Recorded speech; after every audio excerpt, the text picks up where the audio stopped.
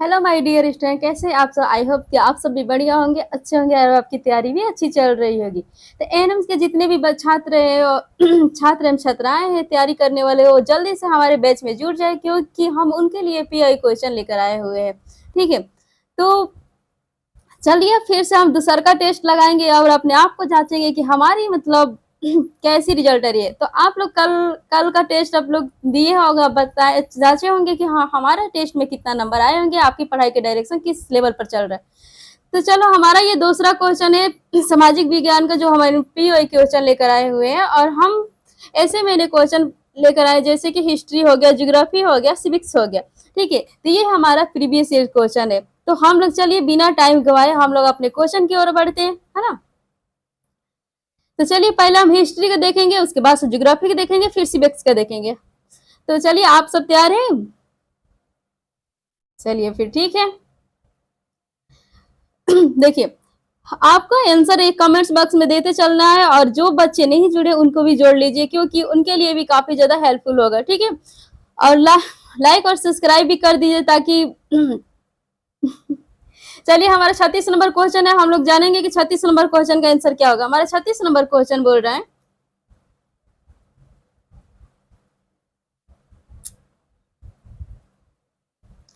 हमारा 36 number question बोल रहे हैं 1707 में किस मुगल सम्राट की मृत्यु हुई थी। हमारा क्वेश्चन कर रहे हैं 1707 में किस मुगल सम्राट की मृत्यु हुई। एक नंबर शाहजहां, दो नंबर औरंगजेब, तीन नंबर शाह आलम द्वितीय, और चार नंबर होगा आलमगीर द्वितीय। आपको स्क्रीन पर आपका सवाल दिया हुआ है, चार ऑप्शन दिए हुए हैं। आपको बताना है कि चारों ऑप्शन में किस मुगल सम्राट की मृत्यु 1707 ईस्वी में हुई थी। जल्दी जल्दी आप लोग आंसर देंगे।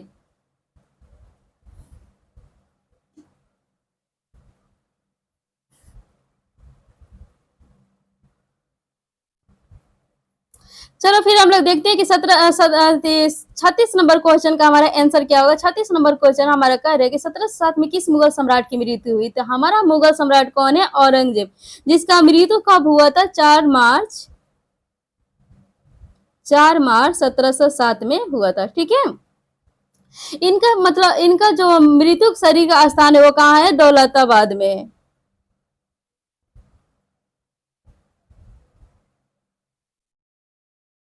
ठीक है, फिर चलते हैं हम लोग नेक्स्ट क्वेश्चन की ओर और आगे बढ़ते हैं। हमारा क्वेश्चन क्या बोल रहा है? ठीक है, 37 नंबर क्वेश्चन आ जाइए। आप लोग आंसर देते चलिए, अपना स्कोर लास्ट में बताना है कि आपका स्कोर क्या आ रहा है। हिस्ट्री में आपका कितना सही हुआ, ज्योग्राफी में कितना हुआ, सिविक्स में कितना हुआ। तो बिना टाइम गवाए हम लोग क्वेश्चन की ओर बढ़ते हैं। हमारा 37 नंबर क्वेश्चन है,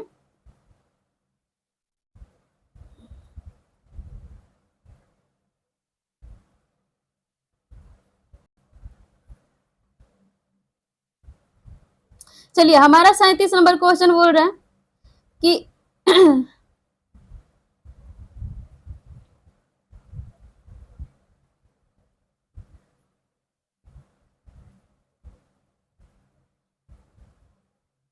चलिए हमारा 37 नंबर है, अंग्रेजों ने भारत में अपनी पहली फैक्ट्री बनाई थी। अंग्रेजों ने भारत में अपना पहली फैक्ट्री कहाँ बनाई थी? एक नंबर होगा एक नंबर होगा सूरत में, कि हुगली में, कि पटना में, कि कलकत्ता में। आपको स्क्रीन पर आपके क्वेश्चन 37 नंबर दिया हुआ है, आप बताएंगे कि आपका आंसर कौन सा होगा।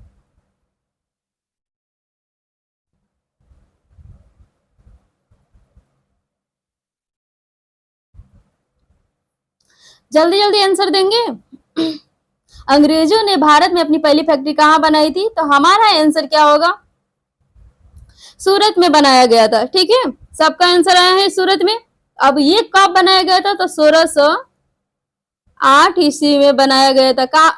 1608 ईस्वी में हमारा अंग्रेजों ने भारत की पहली फैक्ट्री यानी 1608 ईस्वी में सूरत में क्या किया था? स्थापित किया था। ठीक है, चलिए अब नेक्स्ट क्वेश्चन की ओर बढ़ते हैं।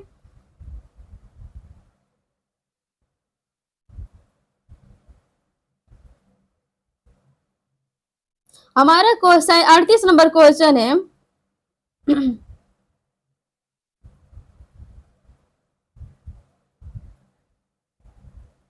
हमारा 38 नंबर क्वेश्चन है, ब्रह्म समाज के संस्थापक थे। ब्रह्म समाज के संस्थापक कौन थे? एक नंबर होगा स्वामी दयानंद सरस्वती, 2 नंबर होगा ज्योतिबा राव फूले और 3 नंबर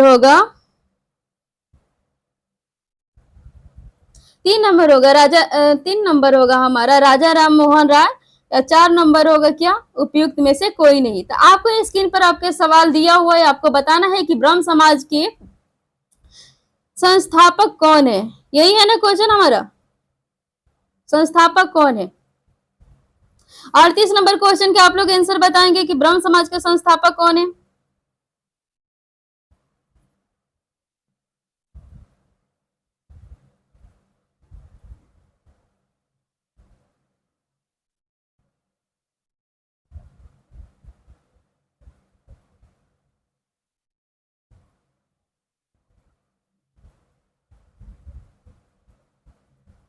बताएंगे 38 नंबर सवाल का आंसर क्या होगा। तो 38 नंबर हमारा सवाल का आंसर होगा क्या? राजा राम मोहन राय। हमारे ब्रह्म समाज के संस्थापक कौन है? राजा राम मोहन राय। ठीक है, राजा राम मोहन राय ने हमारे क्या किए थे कि हमारे ब्रह्म समाज की स्थापना कब किए, स्थापना कब किए थे? 1829 ईस्वी में किए थे। ठीक है, 1829 ईस्वी में हमारे राजा राम मोहन ने ब्रह्म समाज के स्थापना किए थे। चलो नेक्स्ट क्वेश्चन की ओर बढ़ते हैं और देखते हैं कि हमारा क्वेश्चन क्या कह रहा है। 39 नंबर हमारा 39 नंबर क्वेश्चन कह रहा है कि सत्यार्थ प्रकाश के लेखक कौन है। हमारा 39 नंबर क्वेश्चन देखो आपके स्क्रीन पर दिया हुआ है और उसे अच्छे से पढ़ो फिर आंसर देना कि सत्यार्थ प्रकाश के लेखक कौन है। 1 नंबर है स्वामी विवेकानंद, 2 नंबर है रामकृष्ण परमहंस और 3 नंबर है स्वामी दयानंद सरस्वती और 4 नंबर है हमारे स्वामी अभयानंद।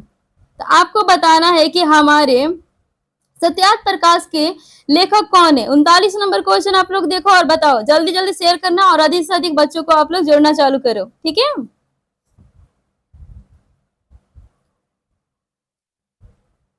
चलो तो हमारा 39 का आंसर क्या होगा। हमारा क्वेश्चन दिया है सत्यार्थ प्रकाश के लेखक कौन है, तो हमारा कौन होंगे?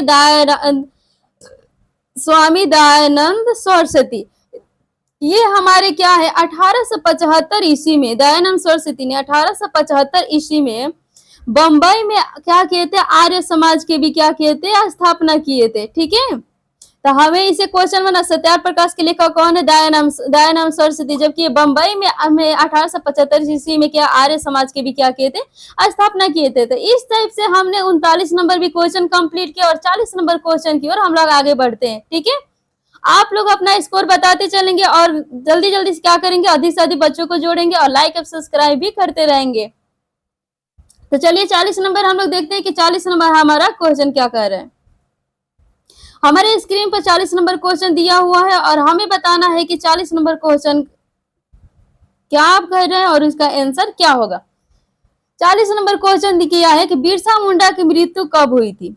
1 नंबर 1895, 2 नंबर 1899 में के 3 नंबर 1900 में और 4 नंबर 1902 ईस्वी में। आपके स्क्रीन पर क्वेश्चन दिया हुआ है, 4 ऑप्शन दिया हुआ है, 4 ऑप्शन में से आपसे चूज करना और बताना है कि आपकी बिरसा मुंडा की मृत्यु कब हुई थी। ठीक है, जल्दी जल्दी बताओ।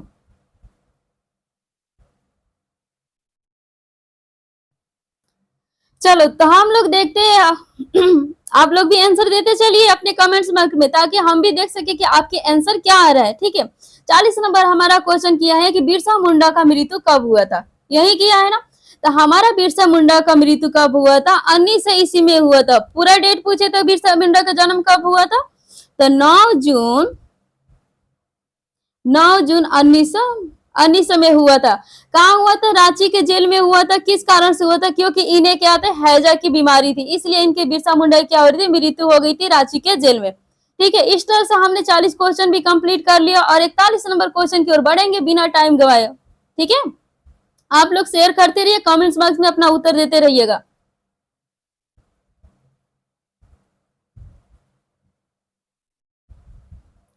चलिए 41 नंबर हमारा क्वेश्चन क्या कह रहे हैं कि खिलाफत आंदोलन के मुख्य नेता कौन थे। 1 नंबर थे सर सैयद अहमद खान, 2 नंबर थे अली बहादुर, 3 नंबर थे मौलाना अबुल कलाम आजाद और 4 नंबर थे मोहम्मद अली जिन्ना।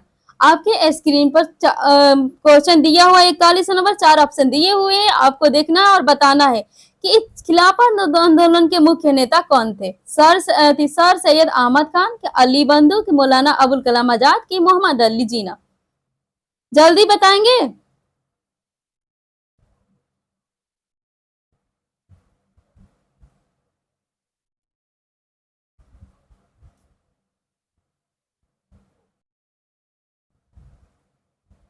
जल्दी जल्दी शेयर भी करो। चलिए फिर हम देखते हैं कि खिलाफत आंदोलन के मुख्य नेता कौन थे। तो हमारे खिलाफत आंदोलन के मुख्य नेता कौन थे?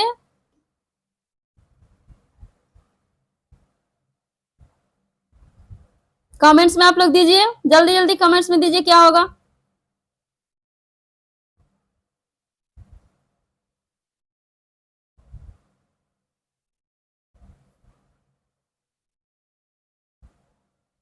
हमारे खिलाफत, चलो ठीक है, फिर हम देखते हैं कि हमारे खिलाफत आंदोलन के नेता कौन थे। अली बंधु, ठीक है। लेकिन खिलाफत आंदोलन के खिलाफत आंदोलन हमारा कब से कब तक चला था? 1919 से 22 तक हमारा खिलाफत आंदोलन चला।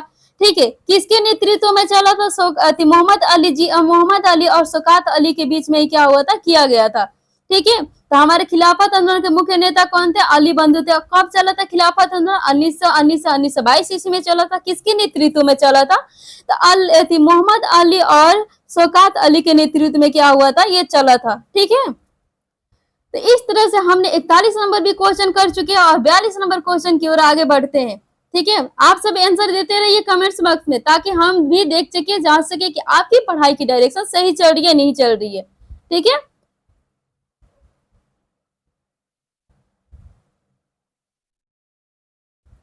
चलिए फिर 42 नंबर क्वेश्चन देते हैं। सहायक संधि की व्यवस्था किसने लागू की थी?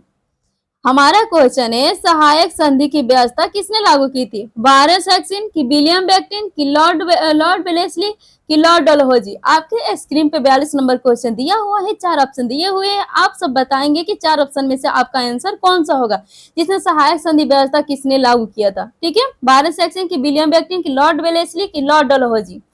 जल्दी जल्दी बताओ और शेयर करते रहो। अधिक से अधिक बच्चे को क्या करना है, जोड़ना है। जल्दी जल्दी आंसर करिए कमेंट्स बॉक्स में। चलिए फिर देखते हैं कि इसका मतलब आंसर क्या होगा। चलिए, हमारा क्वेश्चन किया है 42 में, सहायक संधि की व्यवस्था किसने लागू किया था? तो हमारा आंसर क्या होगा, लॉर्ड वेलेस्ली ने किया था। ठीक है, और ये कब, मतलब लॉर्ड वेलेस्ली ने कब किया था, कब लागू किया था? तो 1798 ईस्वी में किया था। ठीक है, सहायक संधि करने वाले प्रमुख राज्य अगर पूछे कि सहायक संधि किन किन राज्यों में लागू किया गया था, तो आ जाओ, हैदराबाद हो गया, हैदराबाद हो गया, हैदराबाद हो गया। ठीक है, तंजौर हो गया, जैसे पेशावर हो गया,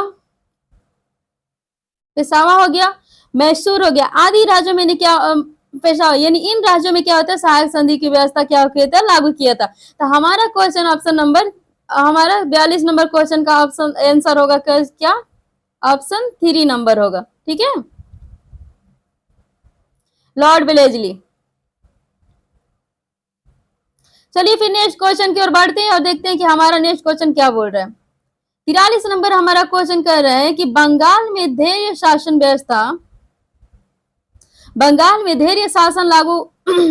लागू हुआ था 1797 कि 1764 में, कि 1765 में, कि 1773 में। आप लोग का स्क्रीन पर शायद 43 नंबर क्वेश्चन दिया हुआ है, 4 ऑप्शन दिया हुआ है। आपको बताना है कि मतलब हमारे बंगाल में धैर्य शासन लागू कब हुआ था। ठीक है, जल्दी जल्दी बताओ।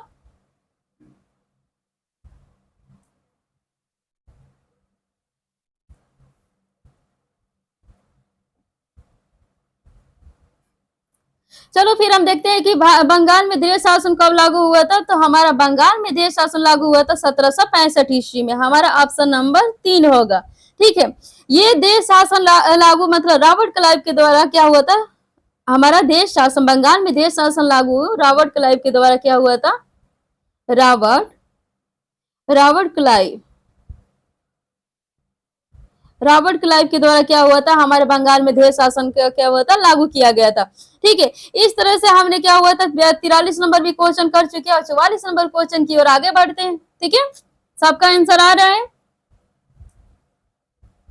चलो फिर ठीक है, अगर आपका आंसर आ रहे हैं तो लास्ट में कमेंट्स बॉक्स में बताएंगे कि आपका आंसर के मतलब आपका कितना स्कोर आया है, हिस्ट्री में कितना आ गया, ज्योग्राफी में और सिविक्स में, सबका स्कोर आप लोग बताना है। ठीक है,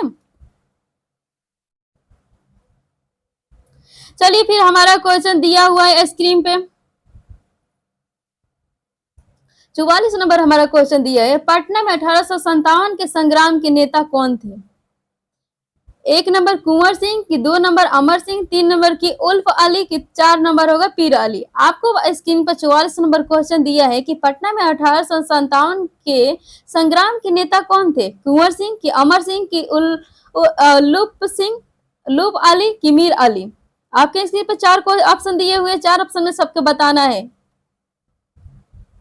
कि हमारा आंसर क्या होगा।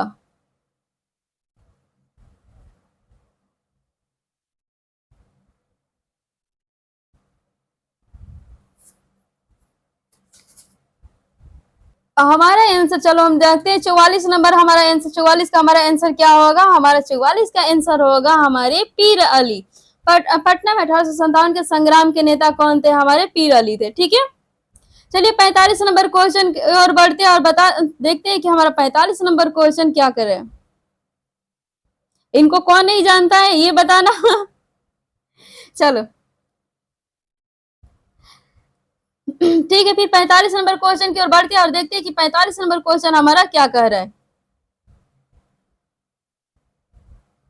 45 नंबर हमारा क्वेश्चन कर रहा है कि भगत सिंह, 45 नंबर का क्वेश्चन करेगा, भगत सिंह को फांसी दी गई थी, कब दी गई थी? 21 मार्च 1931 में, कि 23 मार्च 1931 को, कि 25 मार्च की 1931 को, कि 27 मार्च 1931 को। आपको स्क्रीन पर आपके क्वेश्चन दिया हुआ है, आप बताएंगे कि हमारे भगत सिंह को फांसी कब दी गई थी, जल्दी जल्दी बताएंगे।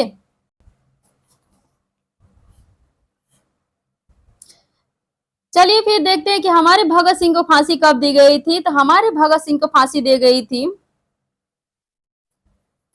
23 मार्च 1931 ईस्वी को। क्या हुआ था? हमारे भगत सिंह को क्या हुआ था? फांसी दी गई थी। चलिए अब नेक्स्ट क्वेश्चन की ओर बढ़ते हैं।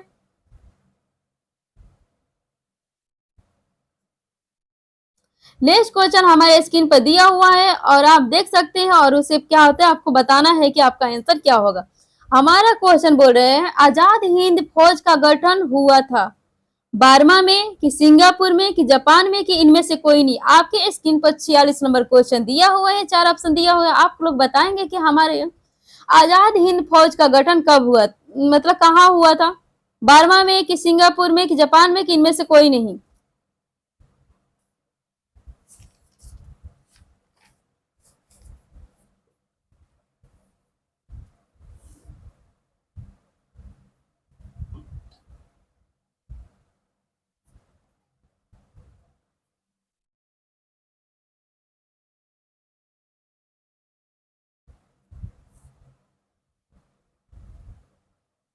चलिए फिर हम लोग देखते हैं कि हमारे 46 नंबर क्वेश्चन का आंसर क्या होगा। 46 नंबर हमारा क्वेश्चन क्या, आजाद हिंद फौज का गठन कब हुआ था, यही किया है ना। तो हमारा क्या होगा आंसर? ऑप्शन 2 होगा, यानी सिंगापुर में हुआ था। आजाद हिंद फौज की स्थापना कब हुआ था? 1943 ईस्वी में हुआ था आजाद हिंद फौज की स्थापना। ठीक है, अगर हमारा क्वेश्चन ये करे आजाद हिंद फौज के प्रथम संस्थापक कौन थे, मतलब प्रारंभिक संस्थापक कौन थे, तो कैप्टन मोहन, एक मिनट रुक जाओ, प्रारंभिक संस्थापक कौन थे? Captain captain Mohan captain Mohan Singh थे। कैप्टन मोहन सिंह एवं रास बिहारी कौन थे? रास बिहारी बोस थे। ठीक है, बाद में इसका नेतृत्व कौन संभाला? आजाद हिंद फौज का नेतृत्व कौन सा? हमारे सुभाष चंद्र बोस ने क्या किए थे? इसका नेतृत्व आजाद हिंद फौज का संभाल लिए थे। लेकिन प्रारंभिक इसका नेतृत्व कौन संभाला था? हमारे के संस्थापक कौन थे? कैप्टन मोहन और राय बिहारी बोस थे। ठीक है, तो चलो इस तरह से हमने 46 नंबर भी क्वेश्चन कर लिया। 47 नंबर क्वेश्चन की ओर बढ़ते हैं। ठीक है, 47 नंबर क्वेश्चन हमारे स्क्रीन पर दिया हुआ है और आपको बताना है कि 47 नंबर क्वेश्चन का आंसर क्या होगा। पटना संग्रहालय की स्थापना हुई थी 1917 में कि 1927 में कि 1925 में कि 1913 ईस्वी में। आपको स्क्रीन पर आपके क्वेश्चन 47 नंबर दिया हुआ है, 4 ऑप्शन दिया हुआ है, आपको बताना है कि पटना संग्रहालय की स्थापना कब हुई थी, 1917, 1927, 1915, 1913। जल्दी जल्दी बताएंगे।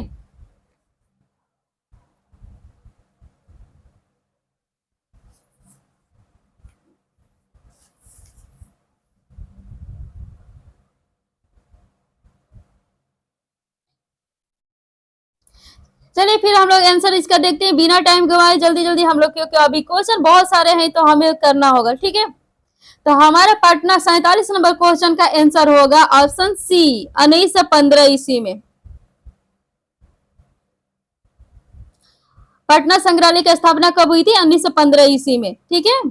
कमेंट्स बॉक्स में अपना आंसर देते चले। तो चलिए इस टाइप से हमने क्या किया, हमने हिस्ट्री का क्वेश्चन कंप्लीट कर लिया। अब आते हैं ज्योग्राफी का क्वेश्चन, ठीक है।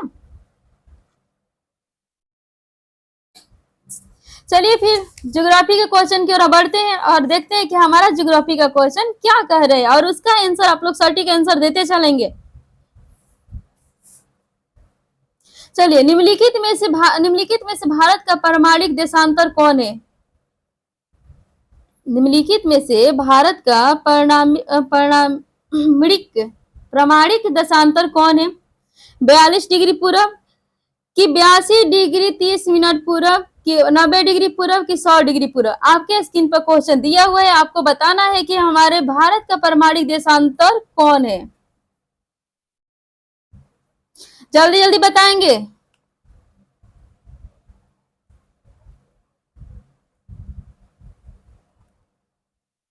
चलिए फिर इसका आंसर देखते हैं कि हमारा भारत का प्रमाणिक देशांतर कौन है, तो हमारा ऑप्शन क्या होगा, ऑप्शन 2 होगा। 82 डिग्री 30 मिनट क्या होता है, पूरब होता है, क्योंकि ये देशांतर रेखा भारत के मतलब इलाहाबाद से होकर निकट होकर क्या होती है, गुजरती है ना। तो इस टाइप से हमारे क्या 48 नंबर भी क्वेश्चन कंप्लीट हुआ। 49 नंबर क्वेश्चन की ओर बढ़ते हैं। चलिए आज ये 49 नंबर क्वेश्चन आप सबको स्क्रीन पर दिया हुआ है और पढ़ना और बताना है कि आपके स्क्रीन पर दिए हुए क्वेश्चन क्या कह रहे हैं और उसका आंसर क्या होगा, सटीक आंसर। 49 नंबर क्वेश्चन हमारा दिया है, किस जलवायु प्रदेश में वर्षा हल्की मगर सालों भर होती है। एक होगा विषुवत रेखीय प्रदेश में कि भूमध्य सागरीय प्रदेश में कि मानसून प्रदेश में कि पश्चिमी यूरोपीय प्रदेश में, ठीक है। आपके स्क्रीन पर दिया हुआ है सवाल, किस जलवायु प्रदेश में वर्षा हल्की मगर सालों भर क्या होती है। विषुवत रेखीय प्रदेश में कि भूमध्य सागरीय प्रदेश में कि मानसून प्रदेश में कि पश्चिमी यूरोपीय प्रदेश में। आप सबका स्क्रीन पर क्वेश्चन दिया है, ऑप्शन दिया है, आपको बताना है। जल्दी जल्दी करो, शेयर करते रहना और लाइव सब्सक्राइब भी करते रहना।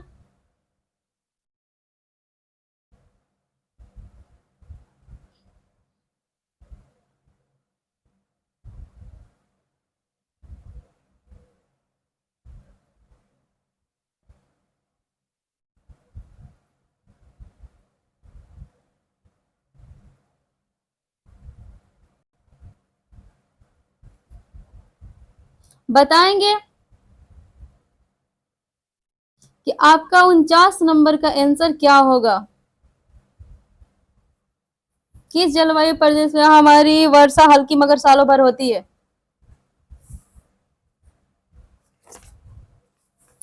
चलिए फिर हम लोग 49 नंबर के क्वेश्चन की ओर बढ़ते हैं और उसका आंसर देखते हैं कि हमारी पश्चिमी यूरोपीय प्रदेश में क्या होता है, हल्की बारिश हल्की वर्षा होती है मगर क्या होती है, सालों भर होती रहती है, ठीक है। तो हमारा ऑप्शन 49 का 4 नंबर होगा। चलिए नेक्स्ट क्वेश्चन की ओर बढ़ते हैं और देखते हैं कि हमारा 50 नंबर क्वेश्चन क्या बोल रहे हैं।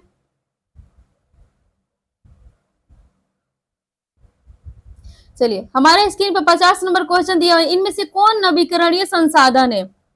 लौह अयस्क की कोयला की वन की पेट्रोलियम। आपके स्क्रीन पर 50 नंबर क्वेश्चन दिया हुआ है, 4 ऑप्शन भी दिए हुए, आपको बताना है कि कौन इसमें से नवीकरणीय संसाधन है।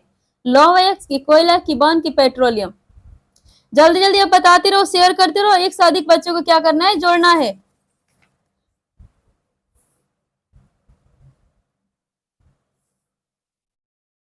चलिए फिर इसका 50 का आंसर देखते हैं। हमारा नवीकरणीय संसाधन पूछा है, तो हमारा नवीकरणीय संसाधन क्या होगा? वन होगा।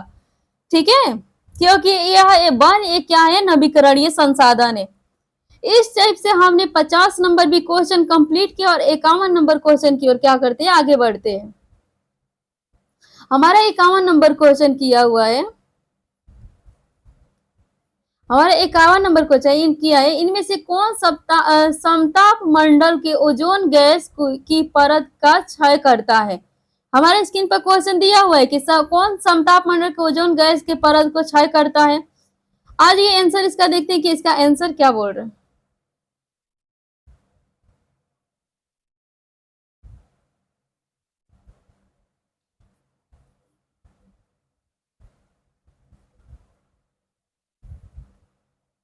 चलिए, CFC गैस की कार्बन डाइऑक्साइड गैस की सल्फर डाइऑक्साइड की नाइट्रोजन डाइऑक्साइड होता है। ये हमारे बताना है कि हमारा समताप मंडल आपके स्क्रीन पर क्वेश्चन दिया हुआ है और आपको बताना है कि आपका आंसर कौन सा होगा। ठीक है,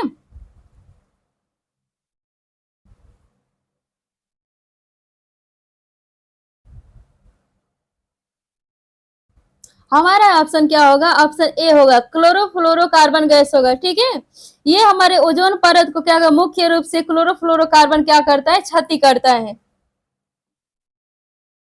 चलिए फिर नेक्स्ट क्वेश्चन की ओर बढ़ते हैं आगे। नेक्स्ट क्वेश्चन हमारा 52 नंबर है और हमें देखना है कि हमारे स्क्रीन पर 52 नंबर क्वेश्चन क्या कर रहा है और उसका आंसर क्या होगा। किस प्रकार की चट्टानों में जीवाश्म मिलते हैं? एक नंबर होगा आग्नेय चट्टान, 2 नंबर प्रत्येदार चट्टान, 3 नंबर परिवर्ती चट्टान और 4 नंबर इनमें से सभी।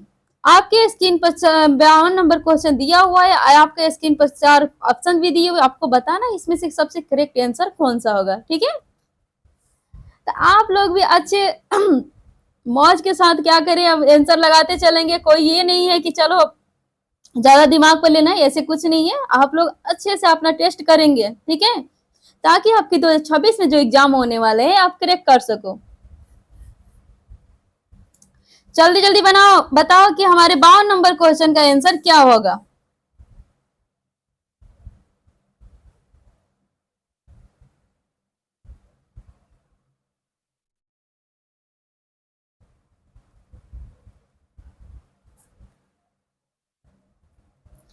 तो हमारे 52 नंबर क्वेश्चन का आंसर क्या होगा? प्रत्येदार चट्टान, 2 नंबर होगा। ठीक है, क्योंकि प्रत्येदार चट्टानों में क्या होता है? जीवाश्म मौजूद होता है। क्या मौजूद होता है? जीवाश्म मौजूद होता है। ठीक है, इन्हें असादी चट्टान भी हम लोग कहते हैं। ठीक है, चलिए फिर नेक्स्ट क्वेश्चन की ओर हम बढ़ते हैं और 53 नंबर क्वेश्चन हम लोग देखते हैं कि 53 नंबर क्वेश्चन हमारा क्या कह रहा है और उसका आंसर क्या होगा।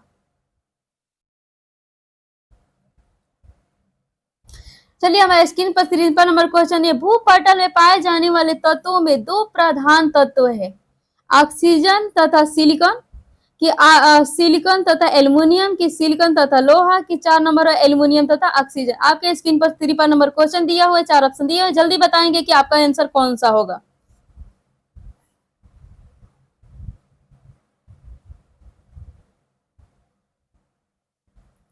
तो चलिए हमारे स्क्रीन पर 53 नंबर क्वेश्चन दिया है, आपके आंसर बताना है। जल्दी जल्दी बताओ कि आपका आंसर क्या होगा। ठीक है,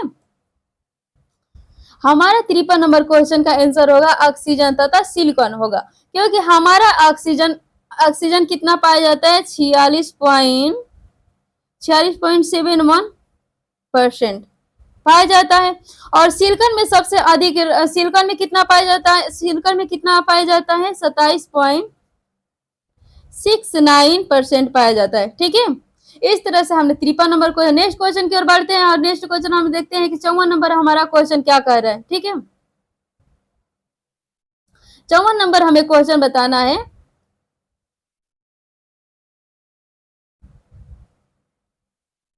चौवन नंबर हमें क्वेश्चन किया है कि उस महादेश का नाम लिखे जहां विश्व की आधी से अधिक जनसंख्या क्या करती है? रहती है।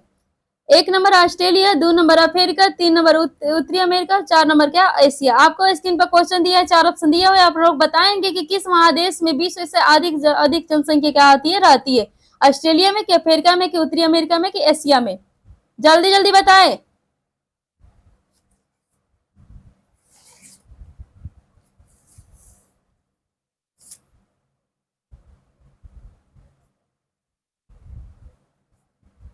चलिए फिर 54 नंबर का आंसर हम लोग देखते हैं। 54 नंबर का हमारा क्या होगा, एशिया होगा। आपके कमेंट्स बॉक्स में एक आंसर बताना है कि हम किस महादेश में रहते हैं। कमेंट्स बॉक्स में सब लोग बताएंगे कि हम किस महादेश में रहते हैं, ठीक है। चलिए फिर 55 नंबर क्वेश्चन की ओर बढ़ते हैं और देखते हैं कि इसका आंसर क्या होगा। 55 नंबर हमारे स्क्रीन पर क्वेश्चन दिया हुआ है, हमें बताना है कि इसका आंसर क्या होगा।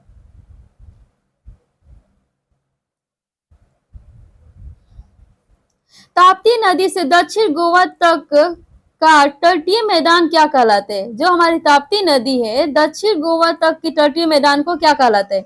एक नंबर होगा गुजरात का मैदान, दो नंबर होगा मलबार का तटीय मैदान, तीन नंबर होगा कोकण का तटीय मैदान, चार नंबर होगा कोरोमंडल का तटीय मैदान। जल्दी जल्दी आप बताएंगे कि 55 का आंसर क्या होगा।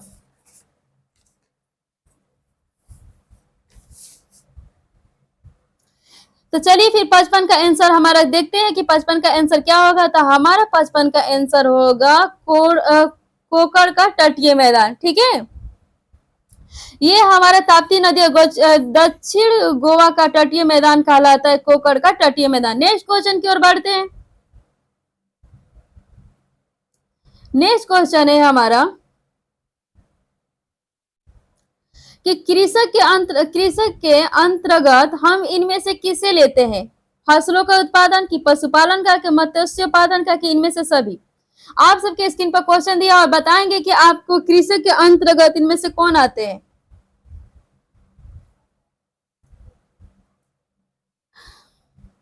56 नंबर क्वेश्चन का आंसर आप लोग जल्दी बताएंगे।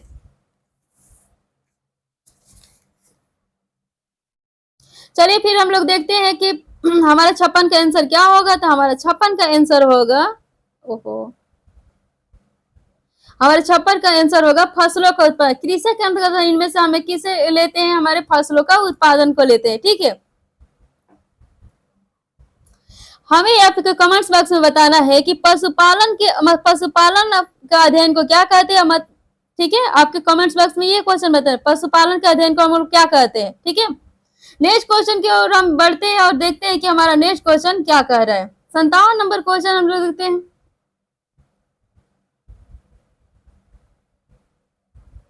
57 नंबर क्वेश्चन बताएंगे, अंकलेश्वर किस खनिज का क्षेत्र है। एक नंबर कोयला का, कि पेट्रोलियम का, कि अबरक का, कि चार नंबर होगा मैग्नीशियम का। आप लोग 57 नंबर क्वेश्चन का आंसर जल्दी बताएंगे कि 57 नंबर क्वेश्चन का आंसर क्या होगा। चलिए फिर देखते हैं 57 नंबर हमारे आंसर क्या होगा। अंकलेश्वर किस खनिज का क्षेत्र है। तो अंकलेश्वर हमारा पेट्रोलियम खनिज का क्या होता है, क्षेत्र होता है, ठीक है। चलिए फिर 58 नंबर क्वेश्चन की ओर आगे बढ़ते हैं और देखते हैं कि 58 नंबर हमारा क्वेश्चन क्या है। ये ज्योग्राफी का हमारा लास्ट क्वेश्चन है, ठीक है। सूती कपड़ा उद्योग में सबसे उन्नत राज्य कौन है। एक नंबर गुजरात, की महाराष्ट्र, की तमिलनाडु, की उत्तर प्रदेश। आपके स्क्रीन पर क्वेश्चन दिया हुआ है, चार ऑप्शन दिए हुए, आपको बताना है कि सूती कपड़ा उद्योग में सबसे उन्नत राज्य कौन है। गुजरात, की महाराष्ट्र, की तमिलनाडु, के उत्तर प्रदेश। जल्दी बताएंगे। चलिए फिर इसका आंसर हम लोग देखते हैं। सूती कपड़ा उद्योग का सबसे उन्नत राज्य कौन है, हमारा गुजरात है, ठीक है। तो इस टाइप से हमने क्या ज्योग्राफी का क्वेश्चन कर चुके हैं, हिस्ट्री का क्वेश्चन कर चुके हैं। अपना स्कोर बताते चलेंगे कि हिस्ट्री में कितना है, ज्योग्राफी में कितना है, और हम लास्ट करेंगे नागरिक शास्त्र यानी सिविक्स का हम लोग क्वेश्चन करेंगे।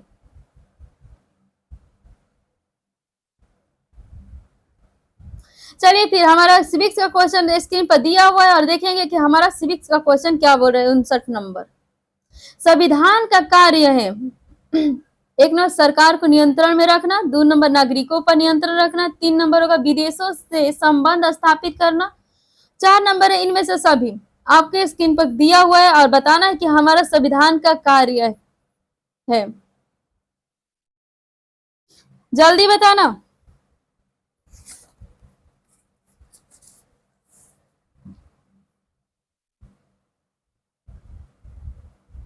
चलिए फिर हम लोग क्वेश्चन के आंसर की ओर बढ़ते हैं कि हमारा 59 नंबर का आंसर क्या होगा। तो हमारा 59 नंबर का आंसर होगा 4 नंबर होगा, क्योंकि हमारा संविधान का कार्य तो सरकार को नियंत्रण रखना भी होता है, नागरिकों को नियंत्रण रखना होता है, विदेशों से संबंधित क्या होता है, स्थापित भी करना होता है। ऑप्शन इनमें से क्या होगा, इनमें से सभी होगा। ठीक है, 60 नंबर क्वेश्चन की ओर बढ़ते हैं कि 60 नंबर क्वेश्चन हमारा क्या बोल रहा है।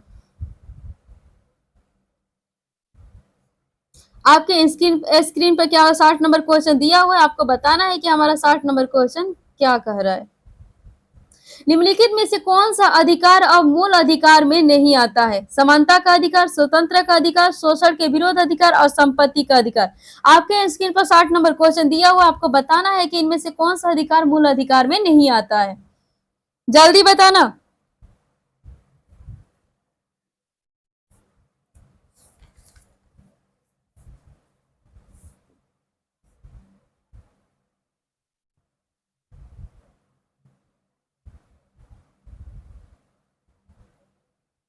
जल्दी बताएंगे कि हमारा 60 का आंसर क्या होगा। चलिए फिर हम लोग देखते हैं कि हमारा 60 का आंसर क्या होगा, है ना। तो हमारा 60 का आंसर क्या होगा, हमारा 60 का आंसर क्या होगा, संपत्ति का अधिकार। ये हमारा क्या है, मूल अधिकार में नहीं आता है। ठीक है, देखिए इस 44वें संविधान संशोधन में क्या होता है, संपत्ति के अधिकार को मूल अधिकार में क्या होता है, सूची से इसे हटा दिया गया था। ठीक है, कब, 1978 ईस्वी में। ठीक है, अनुच्छेद 301 के तहत क्या होता है, संपत्ति के अधिकार को एक विधि का अधिकार क्या है, रखा गया है। ठीक है, चलिए हम लोग 60 नंबर क्वेश्चन कर चुके हैं और 61 नंबर क्वेश्चन की ओर आगे बढ़ते हैं कि हमारा 61 नंबर क्वेश्चन क्या कह रहा है।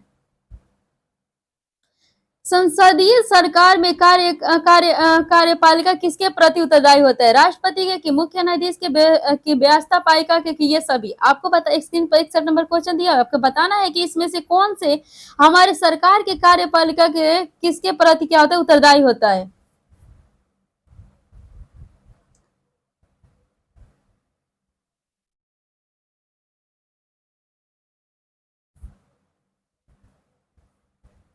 चलिए फिर हम लोग देखते हैं कि हमारा 61 नंबर का आंसर क्या होगा। हमारे 61 नंबर के होगा क्या होगा, व्यवस्थापिका होगा, क्योंकि ये हमारे आर्टिकल कितना में रखा गया, 74 में रखा गया। ठीक है, चलिए हम लोग 62 नंबर क्वेश्चन की ओर आगे बढ़ते हैं और देखते हैं कि हमारा 62 नंबर क्वेश्चन क्या कर रहा है। भारत का संविधान किस प्रकार का है?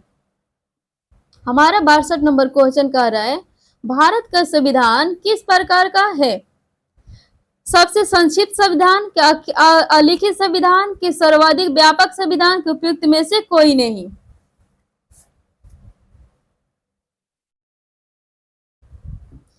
बासठ नंबर क्वेश्चन आप लोग बताएंगे कि 62 नंबर क्वेश्चन का आंसर क्या होगा।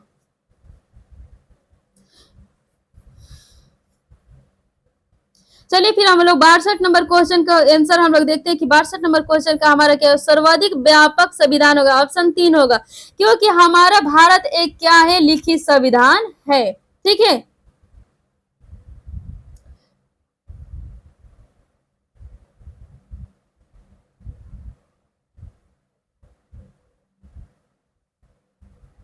चलिए फिर हम लोग 62 नंबर क्वेश्चन कर चुके हैं और नेक्स्ट क्वेश्चन की ओर बढ़ते हैं, 63 नंबर क्वेश्चन की ओर। कि हमारा 63 नंबर क्वेश्चन क्या है, आपके स्क्रीन पर 63 नंबर क्वेश्चन दिया हुआ है, आपको बताना है कि हमारा 63 नंबर क्वेश्चन क्या कह रहा है।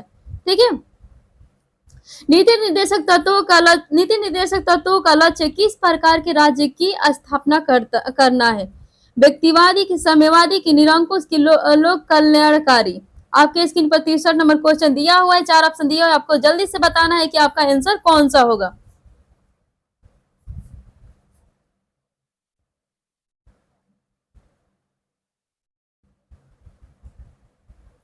तो चलिए हम लोग देखते हैं कि 63 नंबर क्वेश्चन का हमारा आंसर क्या होगा। तो हमारा 63 नंबर क्वेश्चन का आंसर क्या होगा, लोक कल्याणकारी होगा, क्योंकि हमारे 63 नंबर क्वेश्चन का आंसर क्या होगा, लोक कल्याणकारी होगा।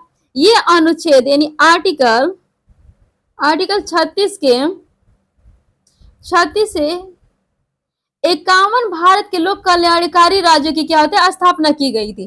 ठीक है, और इसे हमें पूछा कि नीति निर्देशक तत्वों को, लोक कल्याणी को कौन से भाग में रखा था, तो भाग कितना में, 4 में रखा गया है। ठीक है, 64 नंबर हम लोग क्वेश्चन की ओर बढ़ेंगे कि 64 नंबर हमारा क्वेश्चन क्या कह रहा है।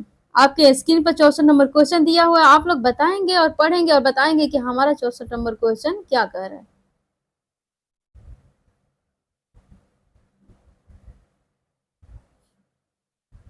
मंत्रिमंडल का मुख्य कार्य है राष्ट्रीय नीति निर्धारित करना, कि वैदेशिक संबंधों का नियंत्रण, कि देश की आर्थिक नीति का निर्धारण, कि उपयुक्त में से सभी। आपके क्वेश्चन 64 नंबर दिया हुआ, जल्दी से बताएंगे कि आपका 64 नंबर का आंसर क्या होगा।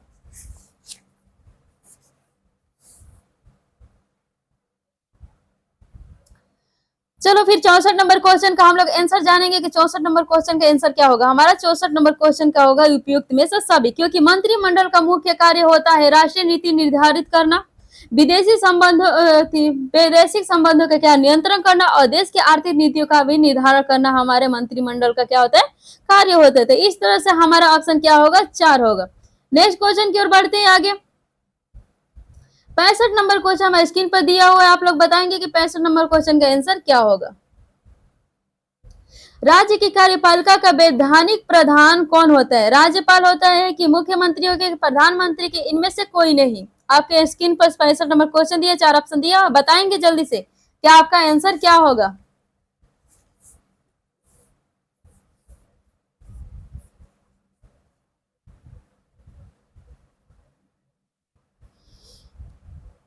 चलिए, राज्य कार्यपालिका का वैधानिक प्रधान कौन होता है, हमारा राज्यपाल होता है। ठीक है, अब ये हमारे राज्यपाल संविधान के कौन से अनुच्छेद में रखा गया, 153वां आर्टिकल में क्या रखा, इनके रखा गया है, राज्यपाल के वैधानिक प्रधान को रखा गया है। ठीक है, आप लोग को बताना है कि मतलब कमेंट्स बॉक्स में बताना है कि राज्यपाल का कार्यकाल कितने दिनों तक का होता है। ठीक है, कमेंट्स बॉक्स में सब बताएंगे, जो हम क्वेश्चन पूछ रहे हैं उसके कमेंट्स बॉक्स में आप आंसर देंगे। चलिए फिर 66 नंबर हम लोग क्वेश्चन देखेंगे। 66 नंबर हमारा क्वेश्चन, भारत